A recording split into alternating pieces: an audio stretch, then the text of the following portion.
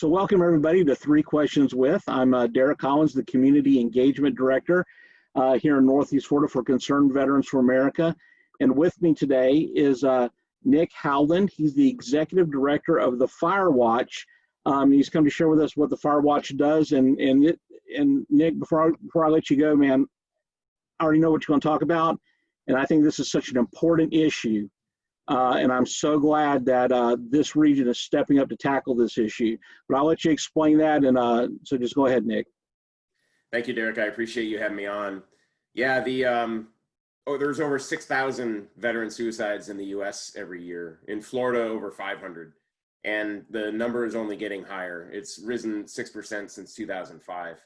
If you look at veteran suicides by age group, the 18 to 34-year-old age group has the highest rate of veteran suicides. And it just so happens that's also the highest rate of active duty members transitioning into veteran status in that 18 to 34-year-old group. So what that means, Derek, is we have a problem, and the problem is only getting worse.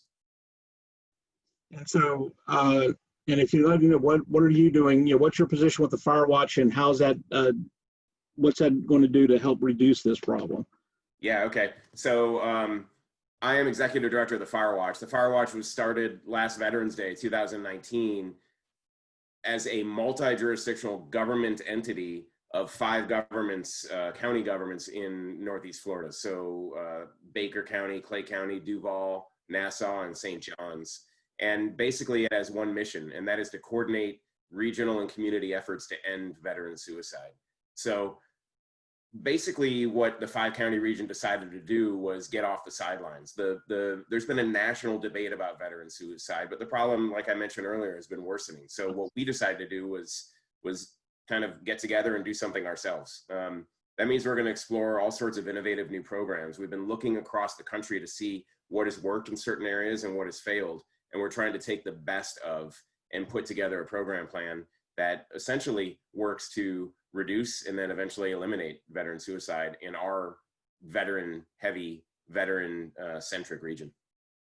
I know the 5 counties of Northeast Florida, up here, what we call the First Coast area, together collectively has one of the largest veteran populations in the state of Florida. Right. And with Florida being the number 3 most populous state for veterans, and within the next decade should be the 2nd most populous. So this is a big task, the tackle. I know for Concerned Veterans for America, we're doing the part we're doing is we're trying to make sure good policies are implemented at the VA to make mental health and other things accessible for veterans, along with maybe this idea that we have this war that's been going on for 20 years. Yeah. Probably hasn't been helping that issue when they come back home. So we've been doing that, but it's just that the Firewatch is the way I understand is going to be that boots on the ground, the practical approach to that. Is that correct? You got it. And thanks for what you're doing, Derek, with Concerned Veterans for America. Everything is so critical with what you guys are doing. You hit on a great point. If you look at the VA, they've poured billions into mental health counseling over the past 10 years, specifically to address veteran suicide. But the problem, as I mentioned earlier in the statistics, is getting worse. So the core belief of the Firewatch is that the solution is community-based, and that the earlier we get to a veteran and address his or her needs before they get into acute crisis, the better. So if we can figure out how to make sure that resources exist to treat veterans who are not yet into suicidal ideation, then we believe we can end veteran suicide. So that's really what it's all about. It's a community-based effort focused on gathering not only the veterans in the region, but the rest of the citizenry to be aware of risk factors associated with veteran suicide, and to be aware of the resources that exist for veterans, and to help veterans find those resources so they can get treatment before they get into crisis. I know sometimes, when we talk about suicide, it's not just a veteran issue. Suicide is a big issue for everybody, but it seems to be, for the veteran community. I try to, when I talk about this to folks, it's why is the focus on veterans, not everybody? And it's kind of like there's this understanding that when you lose a veteran, you lose somebody that is already geared to contribute to society more than just the average civilian does. So for every veteran we lose, it diminishes the community as a whole. We lose a lot of potential when we lose a veteran. From our schools, our businesses, our homes, just across the board. So when folks ask me, so why are you partnering with groups that are focused on veterans? Well, because if we can get that fixed, then it spins out. It's if we can crack that nut, so to speak, then we can expand it out to do that. So Sure. And I like this idea of gathering resources together. What kind of resources have you all been gathering together? Yeah. Plenty of resources. And actually, if I can get back to what you were just saying, there's a fundamental point, and that is the rate of suicide among veterans is 1.5 times the rate of suicide among non-veterans.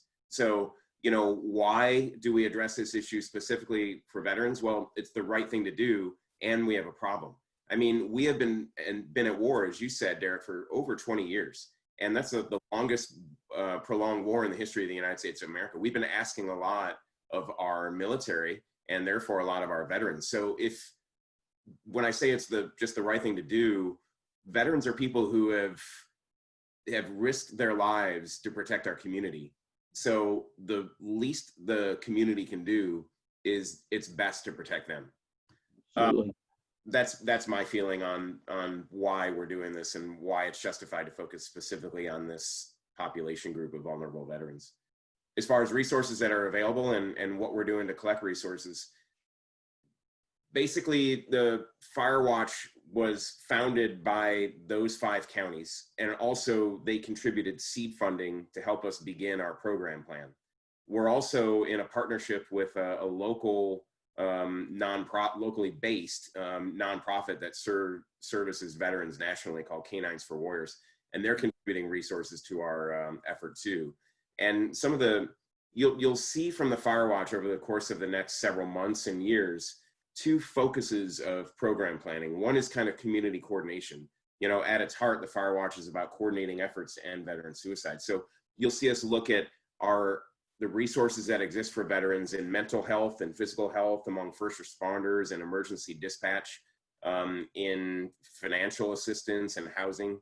And where we find weaknesses, the Firewatch is going to lead and coordinate the efforts to close those gaps. You'll also see a category of community outreach programs from the Firewatch. Those 2 areas, community coordination and community outreach. And what I mean by outreach is when I mentioned earlier that we'd love to have as many members of the population of Northeast Florida trained to identify risk signs in veterans in crisis and trained to know what resources are out there. That's what we mean by outreach. So our marquee cornerstone program in our community outreach set of efforts will be the Watchstander program. And we just launched that on May 1st. And basically we're inviting anyone in the community, whether you're a veteran, active duty, civilian, family member, have no connection to the military, but just care deeply about what's going on with our veterans. We're asking you to train up as what we're saying is a watchstander, someone who has gone through online training on our website that focuses on how to identify veterans who are vulnerable and how to channel them to the resources that they need to get help. And as many watchstanders as we can have that are out there, we think will help reduce veteran suicide in our population in Northeast Florida. It's almost, to put it succinctly, it's almost like CPR. The American Heart Association put out CPR rules, 30 or 40 years ago, in an effort to help bystanders out there who get some basic training to immediately take action for someone who might be suffering a heart attack, because they know that they had a 50% better success rate if early action could be taken and an issue could be warded off before it got into the ER. And CPR has had dramatic societal repercussions, positive repercussions. We're kind of doing the same thing, just not as physical. We just want people out there understanding the risk signs in veterans and being able to help them before they get into distress. Great. So now we come to the point of the show. 3 questions, and so I've got 3 questions that we kind of prepared to kind of drill down a little bit into stuff. So are you ready? I'm ready. All right. So the first one. So Concerned Veterans for America. We're kind of an organization that kind of tries to push more community focused, bottom up solutions instead of waiting for government to come. Whereas the Firewatch, it kind of, started out with, five local governments coming together to start this. So how does, in this case, government working with communities to remove a barrier to success? How was that more beneficial than government creating a barrier in this case? Yeah, we definitely are removing barriers, and you could see just by going to the firewatch.org that we're not acting like a government organization. We're pushing the envelope on how nimble an entity could be. That said, it's great having the local governmental resources available to us. So we're started by 5 city county commissioners, 4 county commissioners, and 1 city councilman that's in Duval. I'll name them all. City Councilman Rory Diamond in Duval, Jimmy Anderson in Baker, Justin Taylor in Nassau, Gavin Rollins in Clay, and Jeremiah Blocker in St. John's, most of whom are veterans or one is a son of a veteran, got together because they really wanted to do something about this national and regional issue, because they were sick of waiting on the sidelines while the federal government tried to put an answer together. So this is, yes, government, but it's community-based and community-led. We do get the benefits. We got $107,500 in seed funding from the 5 counties. We have financial, accounting, grant writing, and legal and compliance support from the counties.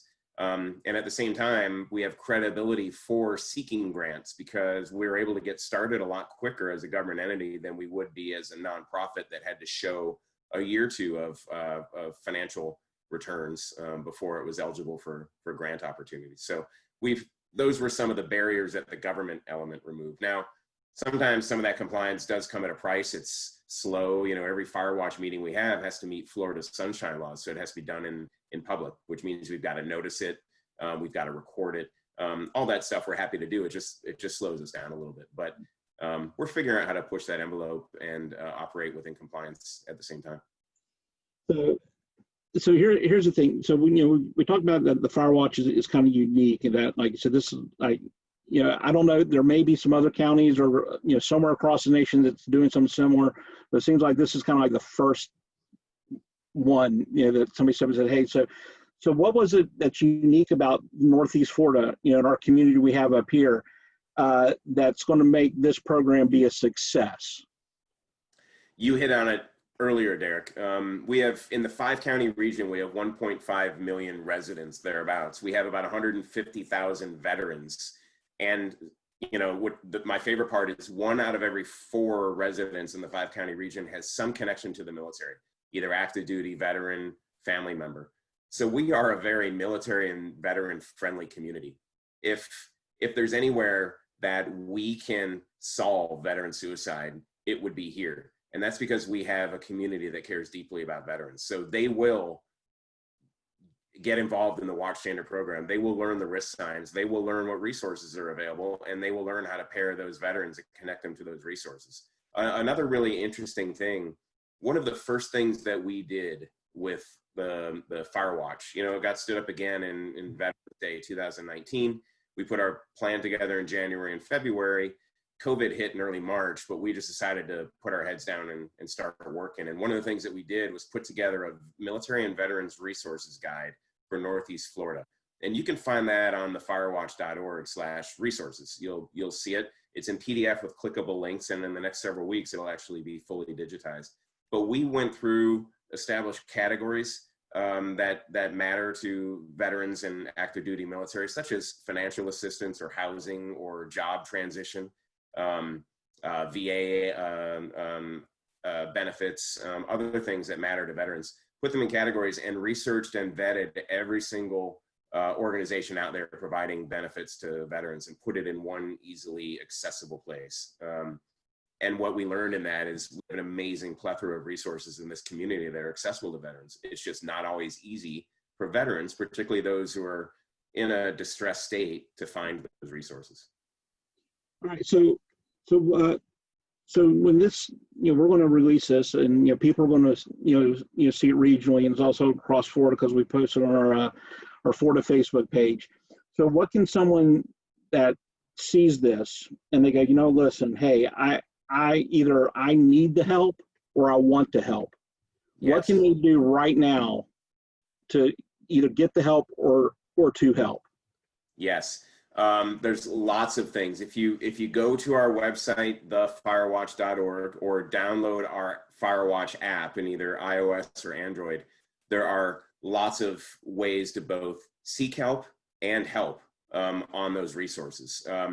The first way to help the Firewatch would be to enroll as a watch standard. If you go to the website or the app, you can find the process easily for how to do that. And again, what I've already said a few times, that'll mean you're part of the community that's out there being vigilant for our veterans. Other things you can do is find resources on our website, which you can easily direct yourself or your friends to find help they might need. If your neighbor is a veteran who has had difficulty or during this COVID crisis has lost their job, you can find job resources and job transition training and benefits on the website and the resource guide.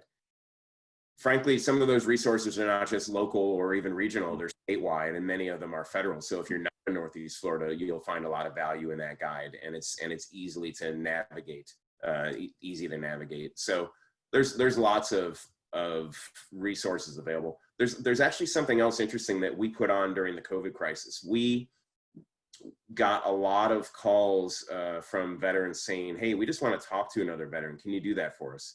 You know, I'm not in crisis, you know, because in crisis, we will always direct you to 911 or the crisis line, a 24/7 line managed and staffed by mental health counselors who generally are veterans themselves. If you're in need of resources, we'll direct you to the resource guide and help you find what you need, or tell you to call 211, which in Northeast Florida is a warm line that helps all citizens, not just veterans, to find what they need. But some of these people said, hey, I'm not in crisis and I don't want to find resources. I just want to talk to someone because I've been held up in my home and isolated for about the past 3 weeks. I don't know where to go. So we've added functionality to the website where we connect you to a 24/7 peer call center, which is solely for veterans, just to chat with other veterans and talk about issues they have. We also connected, have an access point for something called Objective Zero for our post 9/11 veterans who are more apt to use mobile technology. And with Objective Zero, you can log on to that app and you can find 24/7 a veteran who's just standing by who you can call if you have any concerns and just want to talk to someone who might have a shared experience with you. So there's all sorts of great resources, really easy to navigate on the firewatch.org.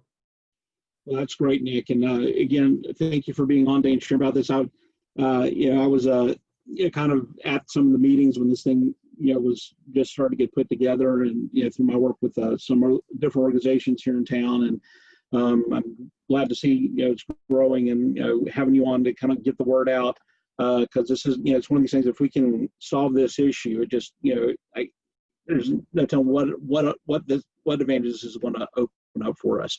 So Yeah. So as always, folks, if you want to know any more information, we're going to have all the the links provided below. Leave a comment, direct message over to us, and we'll get the information. So thank you for tuning in today, and we'll see you next time. Thank you, Derek. Thank you, Nick.